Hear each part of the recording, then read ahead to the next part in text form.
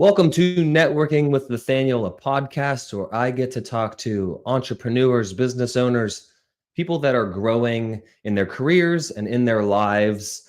This episode is no different. My name is Nathaniel Hovsepian, host of Networking with Nathaniel. I am a health and wellness coach for dads, a real estate investor. More importantly, I'm a husband. I'm a father of 3 little humans. This show is not about me, though. This show is about the amazing guests that I get to have on that share their successes, share their struggles, where they're at in their business, where they're headed, and what's kind of gotten them along the way. This week, I have the pleasure of having my current CRM's founder for my fitness coaching business, if you will. Not if you will, my fitness coaching business. I don't know, the words are going there. Mike Crowson. He has done a lot inside the fitness space and in the CRM space. We were just talking off screen about how he's implementing new systems into his business that he is pushing out into all of his clients. So I'm looking forward to that.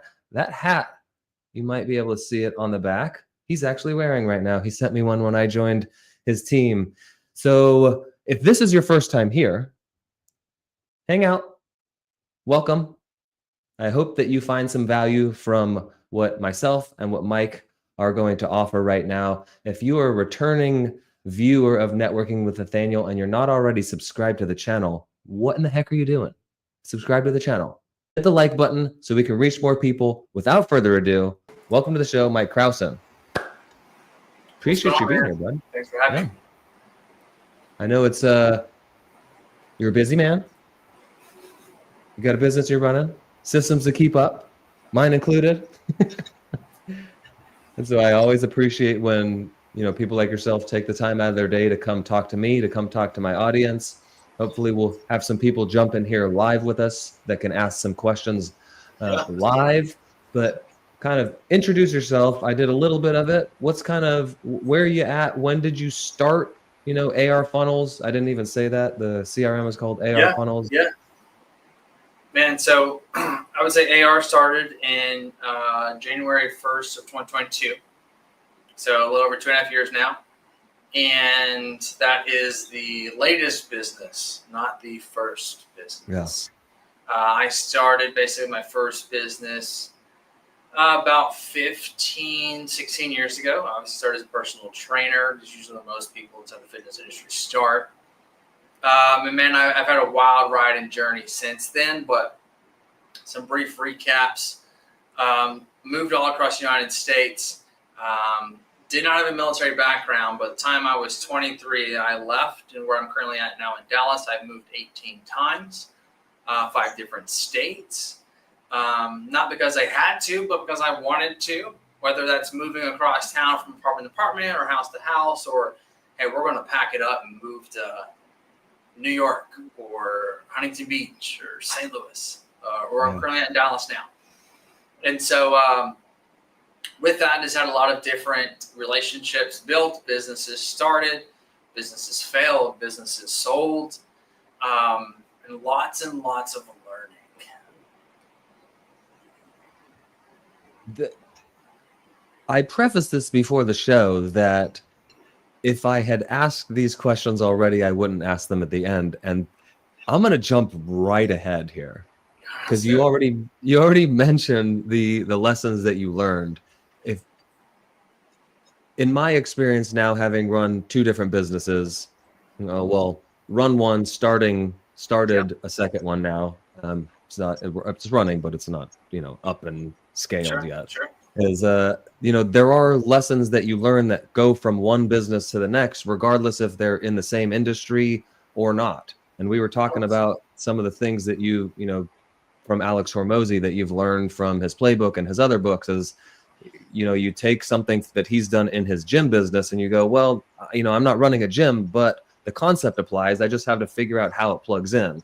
Yeah. So what are some lessons that you learned from these other businesses that you've ran, the successful ones and the ones that failed? Because typically it's the ones that go awry that you've learned the best lessons at. It's really interesting way you phrase that, because I never find, I think the lessons that I've learned is based on what didn't work. I think the most important lessons for me are the ones that find out what did work, because you need to figure out how you do more of those.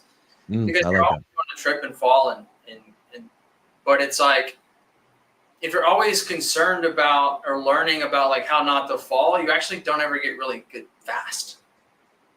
And so if I want to go faster, I need to focus on the things that help me pick up speed, not always looking out for speed bumps or potholes or things that are, because I think that's a little scarcity versus, I'm here for all of God's abundance. And so like, what's working? Let me learn more about that. But a few things that I've learned along the way that really help me implement now is that probably the number one I talk about the most is I used to come from e-commerce background. So I was a co-founder of Rise Supplements. I had a coffee company, e-commerce based, did about 10 million in sales, 238,000 orders. And I even had a marketing agency that focused on e-commerce products where I sold anything really in the fitness space, from peanut butter to t-shirts to supplements, anything that would be considered in the healthy realm. Okay. And the average website conversion rate of a 7-figure business is 3%. 4% like is great. 5%, it's like, what do you have that's so different? Yeah. And I've never seen one at 6%. And so when I look at it from that perspective, it's like, so if the website doesn't ever convert for a company that spends tens of thousands of dollars optimizing their landing pages, then why do we sometimes as other business owners think I need a website? When you're building something yourself with zero money, zero proven strategy, zero graphic design, and you think that Squarespace and Canva is going to print money. And it's like, that's a fallacy. Yeah. So what I've learned is that when it comes to selling a product, it's about the branding and it's about the communication, not necessarily the website. Funny enough, the ugliest websites converted at the highest rates. Interesting. Because it's simplicity that allows somebody to check out. It's the less buttons. It's the less moving pieces. And so that would be lesson number one, would be conversations over applications. If you want to sell more product, shake more hands. Virtually, it's like have more conversations. Yeah. What's that? Like you build something and then sit back thinking you're going to collect money, and it's like, congratulations, you just wasted your money on the website. Even if you built it or somebody else built it, doesn't matter. Like it's still going to convert poorly unless you have traffic and conversations. I would say the second thing that I've learned is that less is more when it comes to options for purchasing. There was a study done, and I don't know the statistics, but I'm going to give you the example, and it's going to make a lot of sense. In retail shopping, women comes in, they did a full day, to where they would ask them between 3 shoes, which one they like the most. And the 3 shoes, I'm just going to give examples here just to make a visual. We have a flat, we have a wedge, and we have a heel. Okay? So a sandal, a chunky heel, and a high. Okay? For those that don't know what wedges or flats are. Yeah. Okay? So when it comes to that, now we go, okay, so have these 3 options. Women go, you know what? I'm not really sure. Like, I really like the wedge. But, man, the flat, I just, it's so versatile. But at the same time, like, I do have that trip coming up, and I do need a really good heel. I just don't know which one that I need. Let me think about it for a second. And then they brought in the same study, but what they did was they brought 2 options. Hey, do you like the heel or the wedge? Oh, I like the wedge. And then they brought in the flat, the sandal. And they go, okay, we got the wedge. Do you like the wedge or the flat? They're like, oh, I like the wedge. So when we create binary options, the answer is either A or B.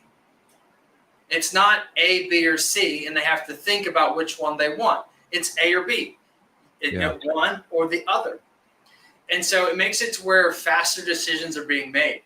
And so when it comes to your products, whether you're selling online or whether you're selling your services, less is more when it comes to making decisions. I need them to think less and act more. And so the less options, the higher close rate or conversion rate which you're going to have. And I would say the third thing is, this took me a really, really long time to figure out, is that you're only going to be as good as the people around you. And I was so scared for so long growing up in a frugal household that, man, I was so afraid to spend money. Like I was always penny pinching everywhere. And being from the fitness world, and like when you're in the gym and you're the trainer and you're the guy, you get a really big ego. And so I essentially created this ego from the attention I was getting from bodybuilding. And so I was like, well, I'll just figure it out. I'm not going to pay somebody to help me figure out how to do it. Yeah. And it took me 10 years to make 6 figures. My first year in coaching, I made $12,000.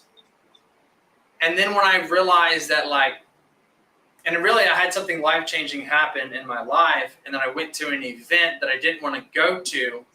And when I went to the event, I got to meet some people. Rob Bailey, I'm not sure if you know who that is, from Flag North Vale. I joined his group afterwards at $300 a month. And I was like, it's my first investment into bettering myself inside the business world. I've hired employees and stuff, but never like a mentorship or group or something like that. And then I went to an event, went to another event, and each event I'd go to, I'd pick up clients from a marketing agency. And then, you kind of like, I learned this networking thing, and then all of a sudden now it's like boom, boom, boom, boom, things just start to align. But it was like investing into myself to learn the skill set. I paid to go to college on my own, but I wouldn't pay somebody to learn an actual tactic that I could use today. But I wasted money on education that was pointless, and I won't spend $300 to do this. Yeah. And now, man, I've spent $10,000 for one day. I got the team going out to Alex Mosey event at $15,000 plus flights and everything else for a 2-day event. It's like, I'm not afraid to spend the money. I mean, I purchased 10 books to get some very thin playbooks from Mosey for $6,000. Yeah. And so it's not about, I think, what the cost is. I think there's have an opportunity cost. Now, I'm not saying I go spend every penny on something that you don't know if it's going to work or not, because I don't believe in that. Right. However, I do believe that if you're not asking questions and getting around people that know the answers, and you trying to figure it out, you are your own worst problem. And for a long time, I was my own worst problem. So I went from being able to trying to figure it out on my own, $12,000 in 1 year's time of online coaching, to now we generate $12,000 every 2 days. Simply because of just getting in the rooms, asking the questions, and knowing when's a good time to invest in myself, and then implementing on that. Because I see it all the time. So many people think that just because they pay somebody money, they're going to make money. It's like, no. You're actually paying just to learn a skill set that you then have to go implement. Otherwise, you've also just wasted your money just like you did at college. Yeah. It's funny you're talking about the ongoing education. Is that on mine? Maybe. My kids just started home. I point over here because that's the rest of my house. They just started homeschooling yesterday, and they're 4.5 and almost 3. And in a sense, the younger one asked, how long are we doing this for? And I was like, dude, the rest of your life. You started now. It's going the rest of your life. Because once you get out of the school, now it's up to you to start educating yourself and figuring out the pieces that you want to start diving into. And it sounds like this, was it Rob or Bob Bailey? Rob Bailey. Okay, so this Rob Bailey was kind of a key connection for you early on that opened your eyes to, I should be. I'll give you a quick little story. In 2012, when I started my online coaching business, Rob had his brand up and going in the very early stages, but I bought essentially some of his apparel from his company. And I still can tell you the quote on the shirt, which I still have today, is like, there are not enough bodies to bury the dead. When the time comes, there's not enough bodies to bury the dead. And I still had that shirt, and I even dressed up as him on Halloween, because he is a character to some degree. Okay. But man, it was such an inspiration to me coming up in the bodybuilding world, and now he's a client of ours. And it's because like you go to the events, you like continue to educate and learn, and you just meet good people. And like, I love Rob to death, man. He's a great guy. Like, I plan on actually going out here in a few weeks and hanging out with him at headquarters in Montana. But it's, it's just things come around full circle. And it's like, for a long time, it's like, man, that was embarrassing. At the same time, it's like, when you believe in what it is you're trying to accomplish, and you can put that faith into somebody else to help you do that, then that is a mentor. Your father could be a mentor. Your pastor could be a mentor, which they both should be if they're good.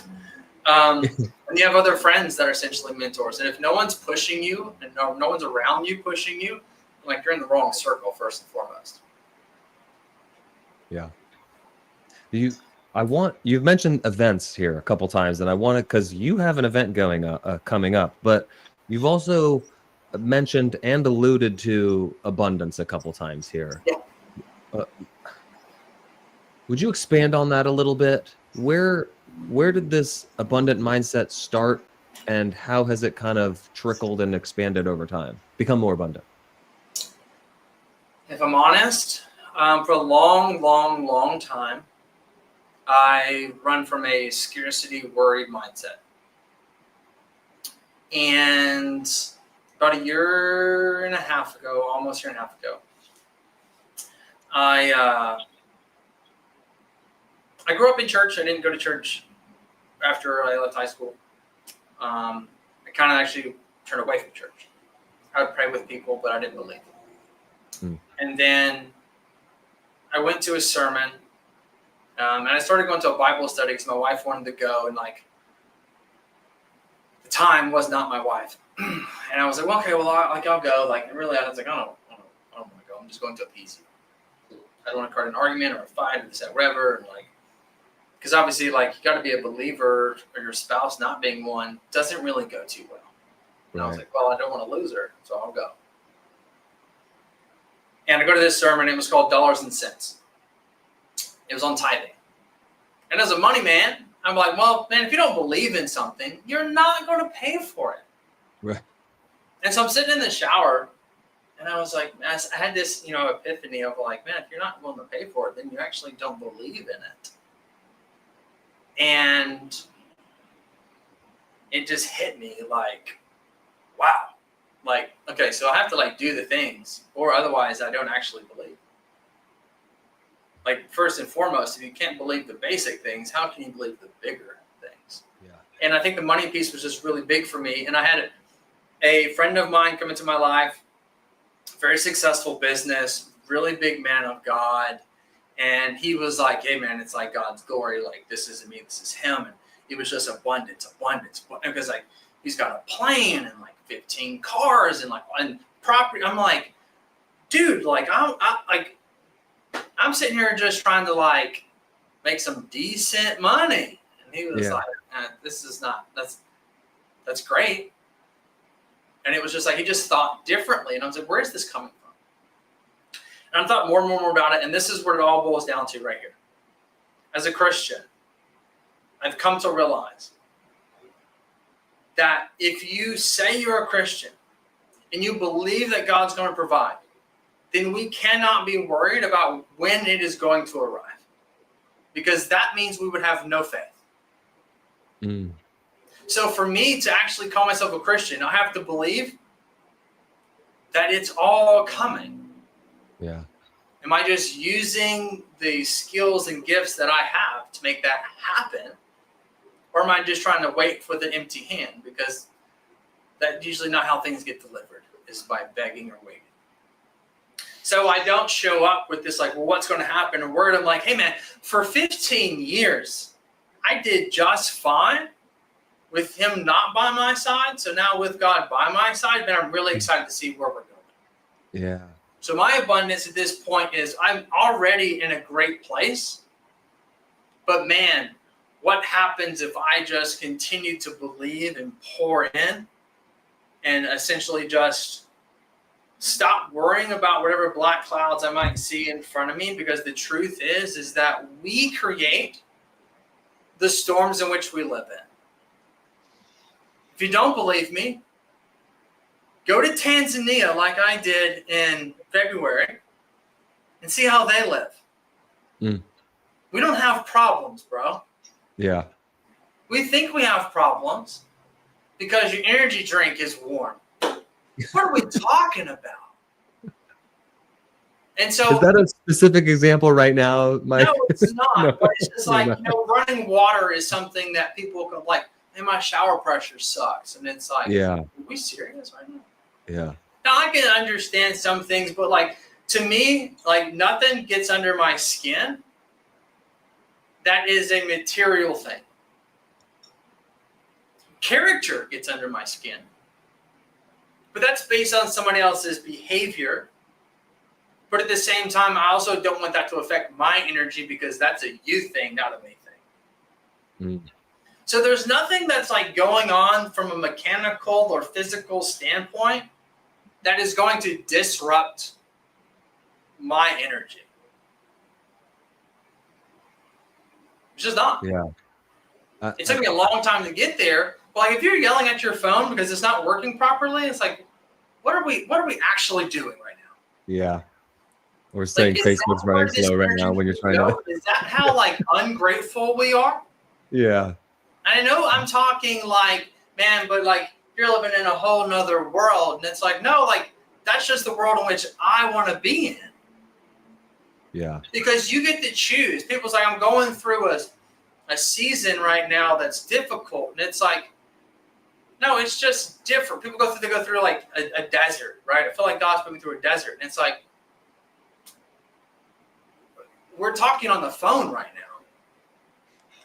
Inside your air conditioner. Yeah.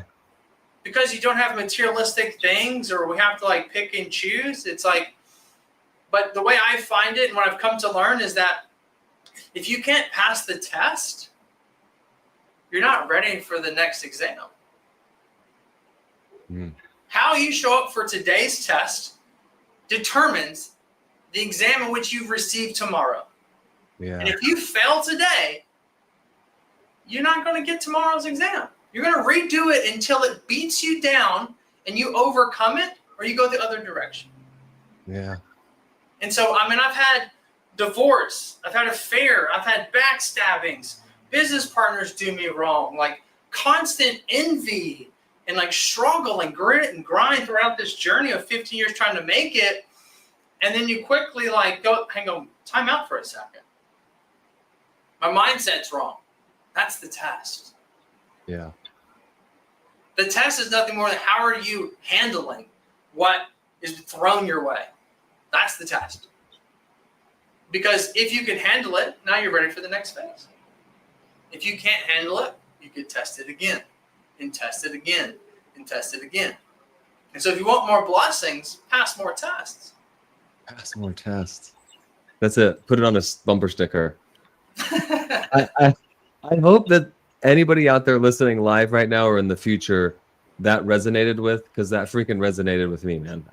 My story is very similar as like growing up in the church, and there was a point in high school where I just felt like everything around me was fake when I'm sitting in church, and I ended up joining the Marine Corps thinking that was going to bring me back to him, but it just moved me further away. And it wasn't until the past 18 or so months where he's been going, hey dude, I've been here this whole time. I'm still waiting for you.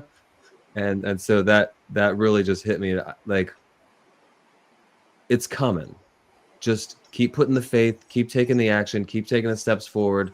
As long as it's of his will and not of yours, it's coming. That's When what you I show up really, with gratitude, right? You said something like his will versus yours. When you show up with gratitude, yeah, you have no worries, complaints, or concerns. yeah, Because the first time that somebody complains about something, you actually just don't have gratitude. Because I can easily make your life worse. So you should be grateful for what you have, not what you did not receive or what it is you lost. Because you should really look at it from the standpoint of, I'm grateful that I had it for the time that I did.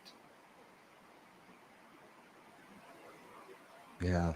And this is one of the very first things that I talk with dad, people, but dads specifically, when they come to me as a client, is starting with that attitude of gratitude, because it is so important. It's just, it can, and start small, when you're building this habit up, and then it grows into more and more and more. And I love this quote is the things that you appreciate. Mm. And it works on multiple levels, because the words are the same as, like, when you're grateful for something or somebody, that person appreciates that you are grateful for them, and that object, or whatever it appreciates. But then you also get more of that.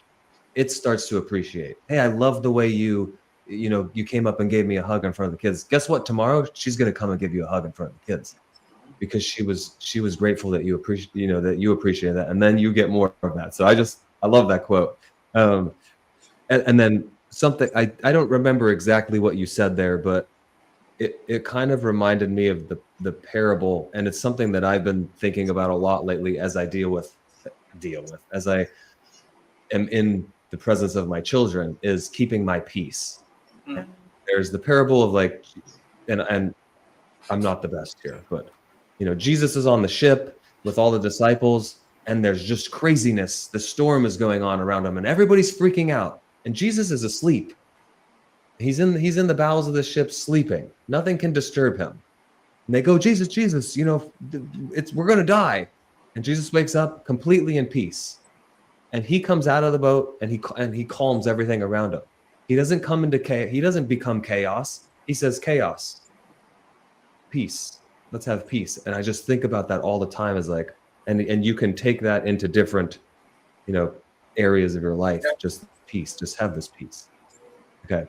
I got sidetracked here, which I appreciate. I actually want to come back to this, but I want to make sure that we touch on the event that you're having coming up, because Yeah. you did mention how this changed lives, and I've been to some events of my own in the real estate space mainly, and the connections you make there, the inspiration, the creative juices that you can get from these events is not to be discredited. Like, these are, for a lot of people, when you go to these events with intentionality and specificity, life-changing.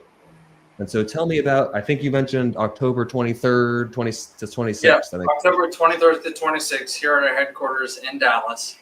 We are hosting a coaches lead summit event, basically for coaches, online coaches, whether it's fitness, mindset, nutrition, doesn't really matter. Our main focus is like leads, funnels, and this year we're actually going to dive into some AI as well. We have 18 different guest speakers. All of them do at least $50,000 a month inside their business, up to multiple millions a year. It's the only event that I know of to where we have, inside the fitness coaching space at least, where we have multiple business coaches inside the same room. Most of the time, a business coach puts on an event. Other business coaches don't come to the event because it's more of a biased event, versus we can play neutral ground. And the truth is that everybody that is coming to this event from the business partnerships that we have are also our speakers. And so we don't have anybody else that's not associated with the brand of some degree. So it is a neutral playing ground where you're going to learn from multiple different people on how they essentially teach and want coaches to grow their business. We're all in here for the same mission, and the same mission is very simple. By 2030, 70% of kids are going to be overweight. Wait, say that again. Sorry. By 2030, 70% of kids will be overweight. Yeah. So when we talk about competition, the fitness coach to your left and the fitness coach to your right is not your competition. Yeah. Big pharma is your competition. Yeah. And so if we can come together, we can actually make a greater impact and difference. And so many people are concerned that, I'm not sure that we can, it's saturated. There's not enough, and it's just like, let alone there's 42 million people in the United States that have diabetes. Yeah. That's just diabetes. Yeah. So like, what are we concerned about from again, we got to go back. Like, are you scarcity or are you abundance? Because with abundance, you'll attract the people that you're going to attract. Scarcity, you're worried about attracting other people's people. And so when we look at it from the standpoint of this, I'm going to teach you how to be you. And then strategies to help people get you in the door to getting to know you, because no one can replace or be you. And so we will need you to find your voice so that you can be you, and then implement the strategies to have more conversations, which then lead to more sales, right? So this event, it's basically 4 days, but 2 full days. We have a meet and greet. We have a full day Friday, a full day Saturday. Dinners on each night, also depending on your ticket that you receive, whether it's general or VIP. And then Sunday, we're going to do a big group workout at the gym. We'll have it filmed and video to create content so that you can have more stuff to post and continue to network. Because I think that network is everything. Because I need you to get one sentence from one person, which will then change the trajectory of where you're going. There's going to be a lot of content created that weekend, it seems like. I hope so. That's the mission. If we don't have content, that's a problem. Yeah. How many, or is this the first year, or is this a ongoing thing you guys are doing? We had one in January, and this is the second one. Okay. January was like it was so good. Like I had our speakers taking notes. Which I thought that to me is like a big deal. I'm not here for the hype, man. Like the fluff stuff, not interested. You want that? Go to an event that's arena full of 10,000 people. Yeah. What we want to do is implement something that you're going to use that day in the coming weeks that's actually needle moving. Because I don't think that fitness coaches need motivation. You're pretty motivated, and you're also disciplined, which is why you're essentially a leader in this space. What you need are tactics. I know I need to send emails, but I don't know how. I know I need to do this, but this gets in my way. It's because it's lack of knowledge. Yeah. And so just like your clients that you work with, they need somebody to hold them accountable. They need somebody to help educate them, because they can, truth is, no one needs you as a fitness coach. I can chat GPT anything and probably more accurate than what you're actually going to tell me. Yeah. Don't say that one. But that's it though. AI will never replace us. Yeah. Because it's the accountability that's needed. Yep. And it's something that's for you, not something that's for somebody like you. There's a big difference. And so this is where it comes to as you tell people that they need to invest into themselves, be a great example of that as a fitness coach, and invest into yourself.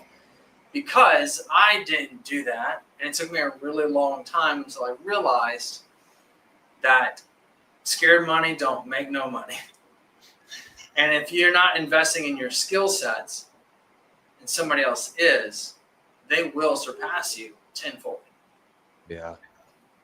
The opportunity cost is you can't afford not to do things like this.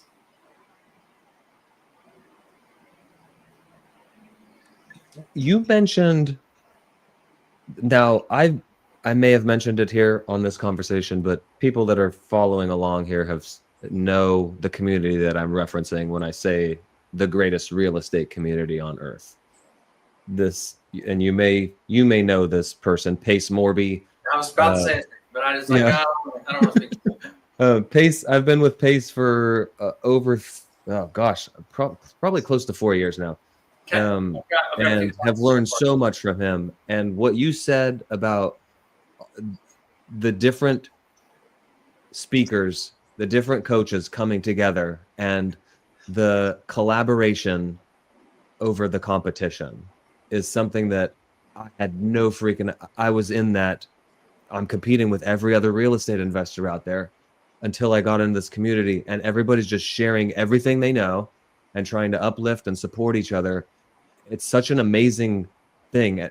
And I was at an event earlier this year, Squad Up Summit, real estate focused, that sounds very, very similar to what you're talking about. There were components of it that were, you know, hype, get you hyped up, you know, and those like maybe early on in the day, but then it was just like, oh, there's a cockroach on my ceiling.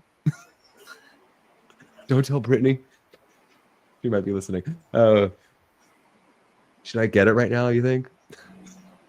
Sure, he's not going anywhere. This is the scarcity. I want scarcity of freaking cockroaches. I lost my train of thought really bad, Mike. The event was very tactical. Yeah. Oh, yeah. And so it sounds a lot like what you've got going on. How many people were at the January one? How many people are you expecting at this one? And then how do we find it? Yep. So it's we had 80 people at the last event. It only holds 80. And so we're about 85% sold out. Okay. Currently. A few more on the VIP left. And essentially I can share you with the link. But basically you can go to my Instagram page. Easy to find there as well. Mike_Crowson. It's our link in bio. It's just our big push right now. But it's gonna be a great event. We're super excited about it. And again, just continue wanting to sell out and get as many people in that room as possible. It doesn't you don't have to be a client, and it doesn't matter where you're at in your business. Yeah, to be honest, most of the people that are coming are doing like fairly well. So I always encourage those. It's like, here we are, and the average person in the room is going to be probably doing 10,000 plus a month, and that's based on some people that are brand new coming. Right? Compare that to a person that's doing 2 million. It's like, okay, the average is still 1 million. Yeah. So it's like, to say 10 is like the minimum that somebody's, or the average is actually probably pretty low. But I say all that to say that you couldn't find a better place to learn, because this is an event for newbies. This is an event that's going to be for somebody that is new or somebody that's already doing 1 million in a year in their business. Because I think a lot of times that even the big companies and success still don't operate with the tactics needed that helps a company that's just starting to grow. Because they still are converting at 3%. The difference is how much traffic do you have? Because that doesn't mean that you're necessarily doing something better than somebody else. It just means that you're just better at posting content. So tactics and strategy are what we try to dive into more than anything else. So it's not about how big your business is, not about how many followers you have. We try to focus on conversion rates over volume, because volume is irrelevant at the end of the day. You know, statistically, that the coaches that have more than 100,000 followers that we work with make less money than those that have less than 100,000 followers. I didn't know statistically, but that's something that I've actually thought about before. Is like, you know, the people with the smaller following, they're bought in. Whereas like that 100,000, they've grown that over a long time. They're not so bought in as that smaller person. You know, it's not so much this bought in. Okay. But I'll take this on Hermosa because I think it's the easiest way to do it. The most successful people learn, unlearn, relearn. So basically what that means is that when you have 100,000 followers plus, you've learned, but you won't unlearn things because you're too stuck on the vanity metrics of needing to get more views versus more leads. And so you won't post the content that won't perform well from a vanity metric, which builds a better connection, which then gets you more leads. And so from the younger audience, I don't have to make you unlearn your ego. Yeah. Ego will get you. Yeah. But yeah, those that have less followers, less than 100,000, typically do more money than those that don't. And truth is that most people think they have to have a massive following. It's like, no. Like, let's understand what we're trying to do here. If you want to make 10 grand a month, you need 34 people to pay you $300. Let me rephrase that. You need 34 people, and you're concerned about 100,000 followers. Yeah. So we're focusing on the wrong things. If you have 200 conversations with people, you can probably sell 10 to 20 of those people. So it's like 500 conversations is all you need, which means that you can have 5,000 followers, speak to 10% of them, and you're going to hit $10,000 a month. Yeah. Well, that would require work. Yes, it would. Yes, it would. You can't just post 10 million views and think people are just going to be like, hey, you posted, I'm just going to buy your stuff. And it's like, why would I buy your stuff when I don't even know how to pronounce your last name? I'm not going to. Hey, you calling me out here? Right? Like, I have no idea who you are. You have a reel that pops off, and then you have an application as your call to action. It's like, but that was just a funny video, or X, Y, Z. But I know nothing about you. Why would I apply? Yeah. Like, it's so silly. But that's what everybody was taught. It's like, well, I'm telling you to unlearn that, because some people aren't going to like this. I'm the only person inside this space that's had 3 companies do over 7 figures. Not just one. Yeah. And they're all in different categories. E-commerce agency, selling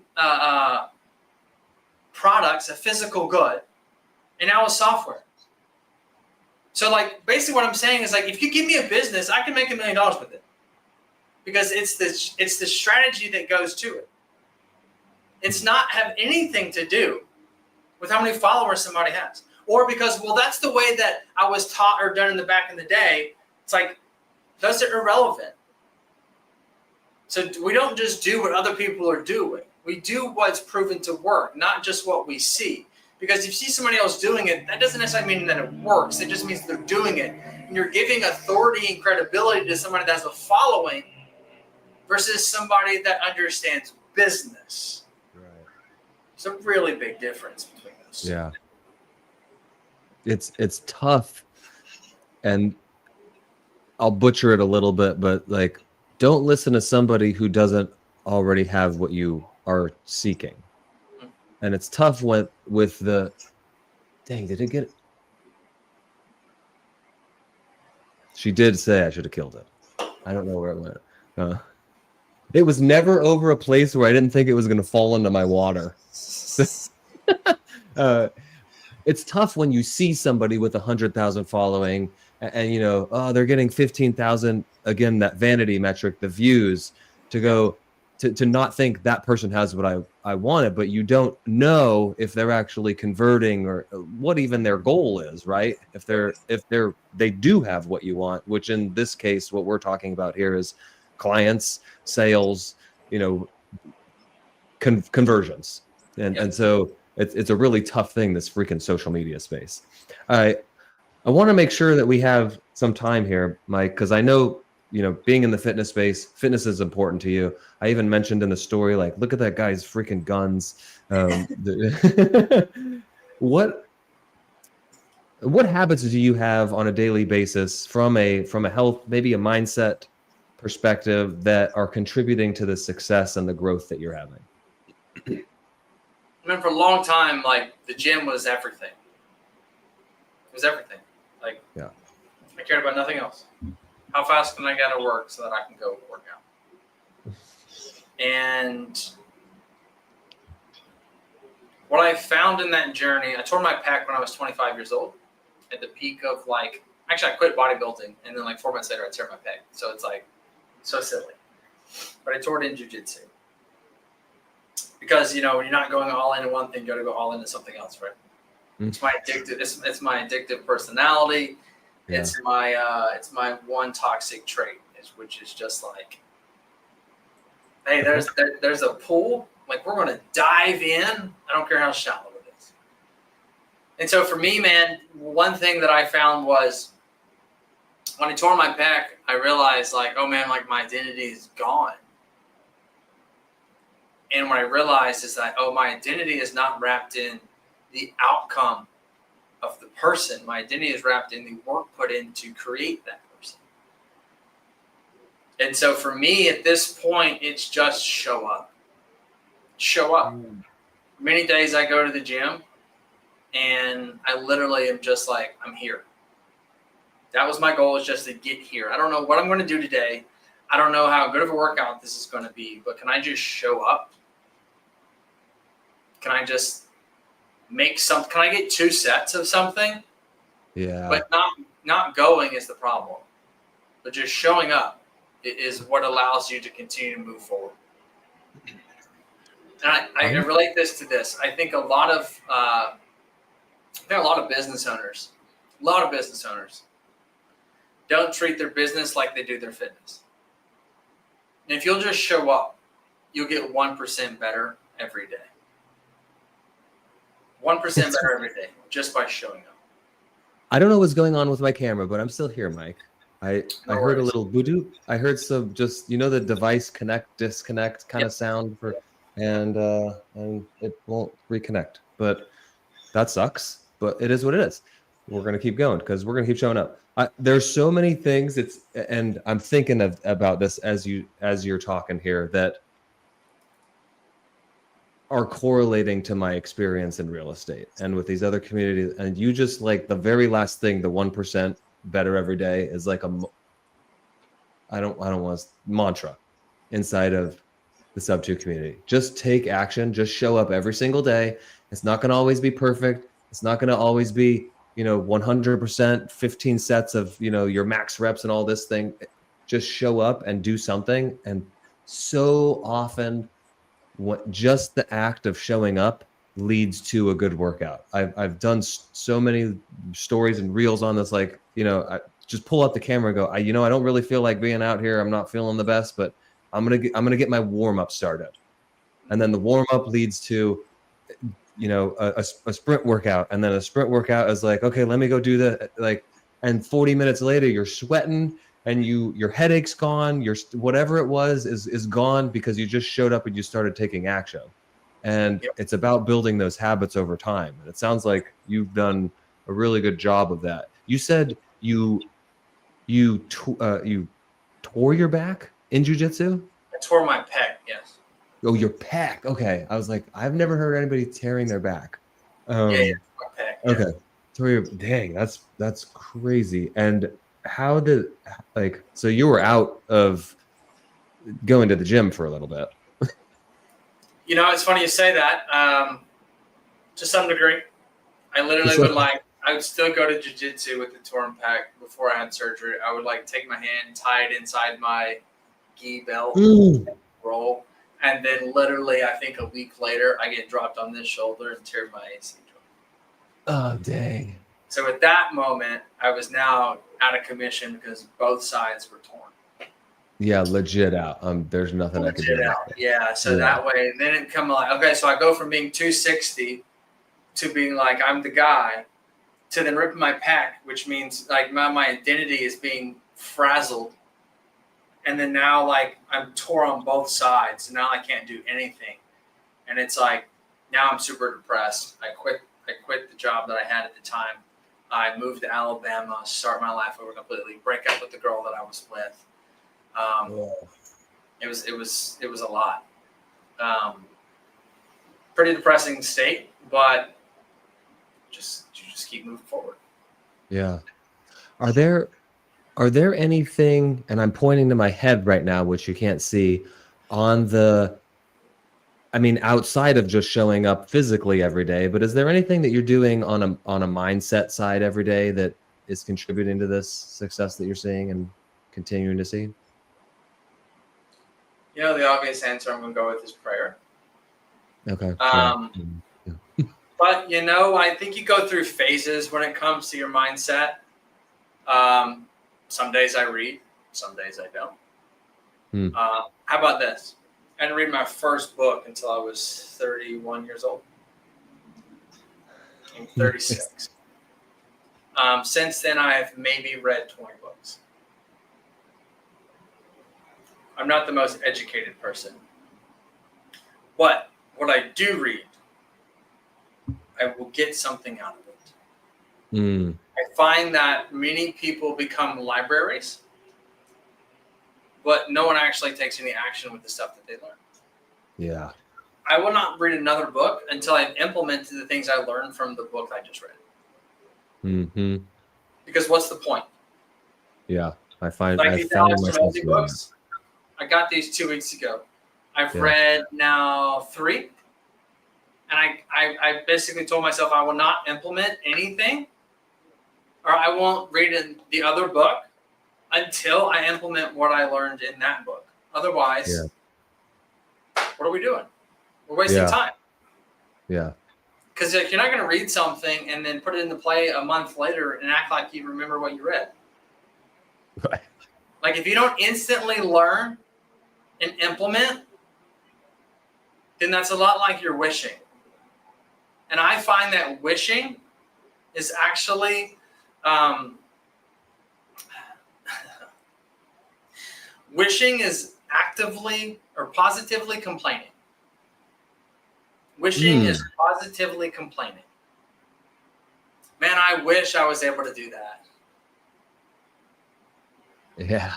If you wanted to do it, you would put a plan in place to make it happen. It would no longer be a wish. It would be a want. Yeah. Wishing is like, I wish I was 7 foot. And it's like, well, you're just complaining about being short in a positive way. Yeah. Right? But if you really wanted to be taller, you'd figure out how. Yeah. I mean, how bad you want it. You want the leg extension surgery? You want the shoes that create the inches? Are you doing decompression on your back to lengthen? Like, how bad do you actually want that? Or are you just wishing? Yeah, you're just wishing. Yeah. At what extent or level are you willing to go to make the thing happen? Yeah. That's the difference, I think, that finds success in those that want success or wish about success, is that to what extent do you want it? And a lot of time, I think this is something I've learned over the last year, and this is big.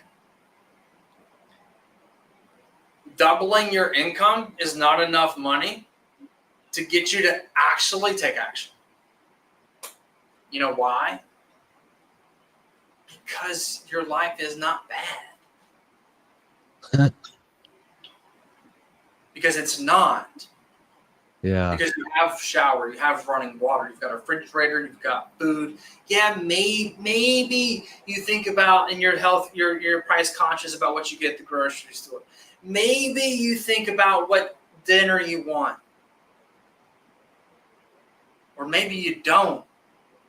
And you think, well, that would be nice instead of making 80 grand to make 160. But does that actually change your life other than you going on a few extra weekend trips or maybe an all-inclusive to Cabo instead of Cancun? That's not enough to move the needle in the business. So we will end up doing $3 million this year, give or take, in sales. And I was like, oh man, like, let's get the 5. And it's like, is that enough to get me to move the needle? Yeah. Versus like, I want to do $1 million a month in 15 months from now. A little bigger jump. Yeah. Truth is like, if I'm really trying to think differently, then you've got to use a different vehicle to get there. Most people go, man, I'm walking right now. It'd be really nice to have a bike. It'd be really nice. But at the same time, if you like, and that works if you're trying to go from this place to this place. But you can't be in LA and be like, man, I'm walking right now. I'd really like to be in New York. Yeah. A bike don't help you. Yeah. So I need to think of a different strategy on how to get there. I've really got like 2 options. I need to take a car, or I can fly. Flying seems much better. What plan do I need to put into place to be able to have it where I can do the plane thing? Yeah. And that makes it where it's like, now I have to think bigger than just next. Big picture allows you to think differently. Yeah. You want 1,000 clients? I bet you do something different than if you just wanted 3. Right. Yeah. Yeah. What gets you to 10 doesn't necessarily get you to 100 or 500. It's funny you say that. Alex Mosley put that on his training last week, where it was like, how to get to 10 million in sales is not the same. The fastest way to get to 10 million in sales is not the fastest way to get to 100 million in sales. Yeah. And so it's like, it's just not big enough for us to actually put forth the energy and effort. Right. And this is like, for everybody that's listening, this will mean a lot more sense. The person that loses 100 pounds or has the goal to lose 100 never usually hits the 100 mark. Because they get to 50 and they're like, oh, I'm good. Our life's improved a lot. Yeah. But they didn't say that they wanted abs and step on stage and become GQ magazine and get on Good Morning America. Because if that was the case, they wouldn't have stopped at 50. Right. They're like, well, I just want to like not hate myself and be able to walk down the street. Mission accomplished. You've done that now. Yeah. The goal's not big enough to continue to grind. Yeah. Dang, that makes me rethink how I talk to people too. Is I mean, in a sense, and I'm gonna cut this short here because we're getting close to time. It's not just about, for the clients it's not just the number on the scale. That's just a tool that we use to measure the progress, and that's only one of the tools. It's the energy, it's the focus, it's the way your clothes fit and your confidence and the way you feel in your body and the way your wife looks at you and all those things, and the way your kids see you. I'm with. It's your why, not your motivation. Exactly. And so in your example, the 100 pounds was just in their mind what they needed to be able to feel better and look better and all those things. But by getting to 50, they accomplished that because they started to feel better and look better. And like, oh, well, I don't need to get to 100 now. So it's reframing what that actual goal is, which I love. I appreciate you, Mike. This has been an awesome conversation. I have one last question. Before I ask you this question, you mentioned it already, but what's the best place for people to reach out to you? Yeah, Mike _CROWSON on Instagram. Yeah. Oh, you know what? What a silly. Our names are supposed to be there. Like that. Mike Crowson. Mike _Crowson. Yeah, Crowson. That's how you spell it. It's in the show. It should be in the show notes as well, just so you can go click right on it. The event October should be in the show notes. 26th. Yeah, it should be in the show notes as well. Beautiful. Lead Summit. Yes, sir. The last question I have, everybody's been asked on Networking with Nathaniel. What do you want to be remembered for when your time on this earth is done, Mike? And you're up in heaven, God willing. What do you want to be remembered for by the people that you left behind? This is emotional piece for me because I went through a lot in my mind, physically, and actually I didn't. But everybody carries their own pains in a certain way. My entire 20s, I was like, I want my headstone to say, "That's the nicest guy I know."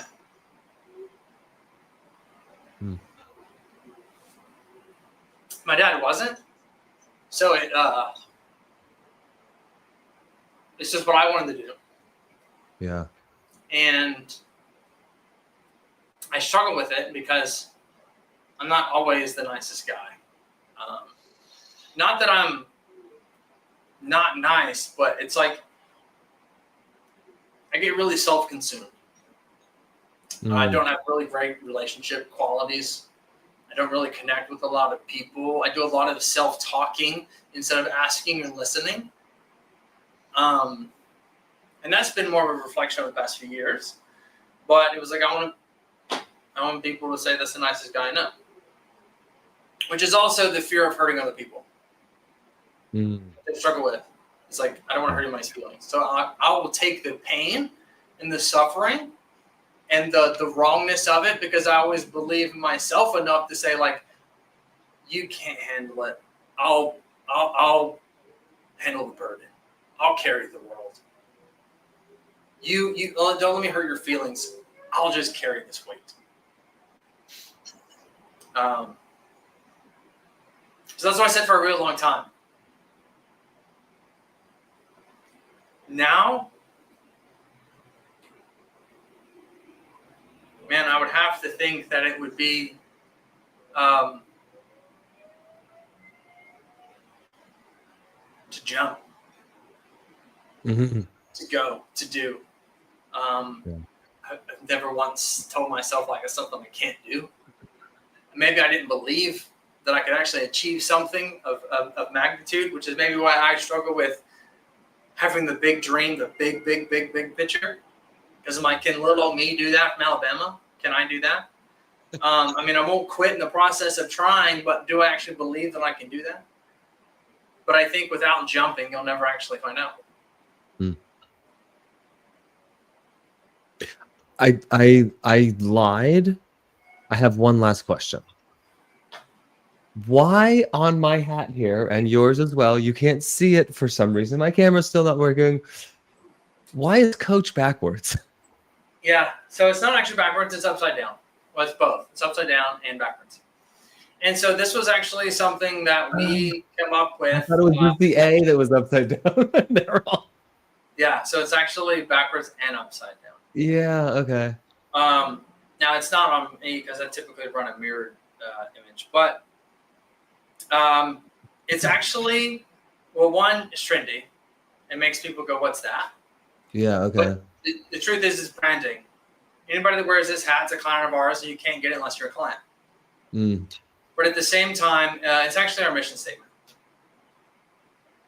So it's a commitment to excellence, ownership, authenticity, Christ-like faith, and honor. And so to us, it's like we're just trying to fully embody our mission and what it is we're trying to accomplish and do through coaches. So for us, it means something to us.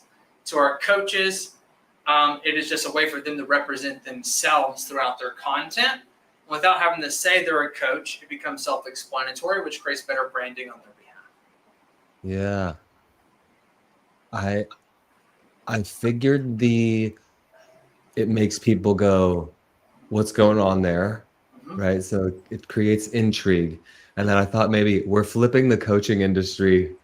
When you said it's upside down, yeah, we're flipping the coaching industry upside down. I appreciate you coming on, brother. This was an amazing conversation. It was like, oddly enough, I was at a meetup with Pace a couple weeks ago, and he did a podcast live with us there, and his guest said something that really touched him, and he goes, man, I really needed that today. I needed to hear this. I started this podcast 105 episodes ago, almost from a selfish place. I just wanted to talk to people like you. And I needed this today, bro. Yeah, I really appreciate you coming on. I hope that everybody else out there that here's live and is seeing this in the future got some value out of this, because Mike poured into us for the last hour. And so I really appreciate you coming on, man. I look forward to our growing business relationship and relationship outside of that as a brother, as a coach and a brother in Christ as well. So I appreciate you coming on, man. If you're still here and you haven't done so already, hit the like button. If you're not already subscribe to the channel. I know you can't see me right now, but I'm still here. Nathaniel Mike Crowson, out.